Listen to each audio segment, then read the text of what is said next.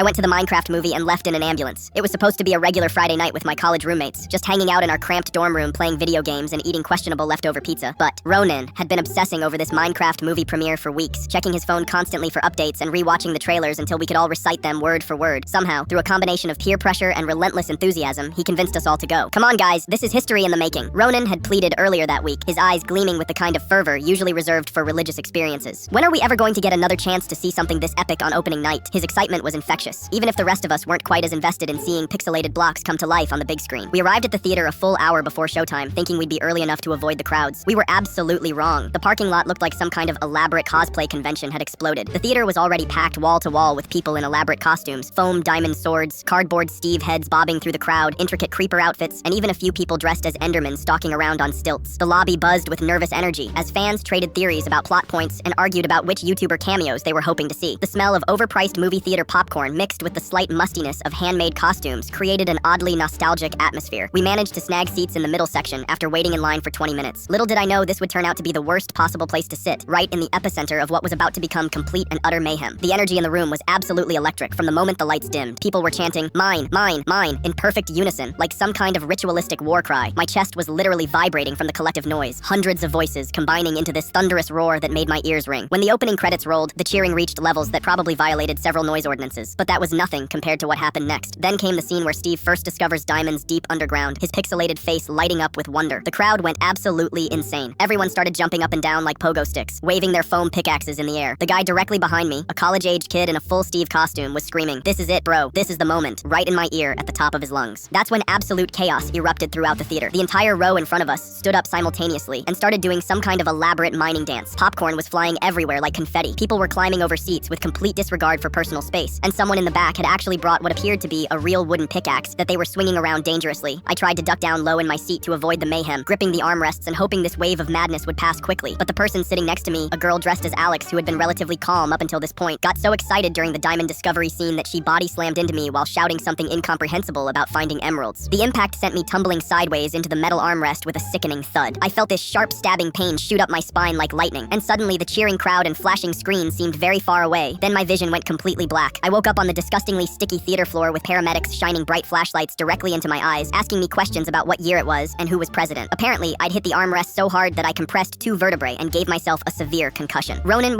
stood there watching them carefully load me onto the stretcher, still clutching his foam sword, and had the audacity to say, "Dude, but wasn't that diamond scene totally epic though? You should have seen what happened after you passed out. Now I'm out $3,200 in medical bills and can't sit properly for 3 weeks. Next time Ronan suggests a midnight premiere for anything, I'm definitely staying home and playing the actual game instead."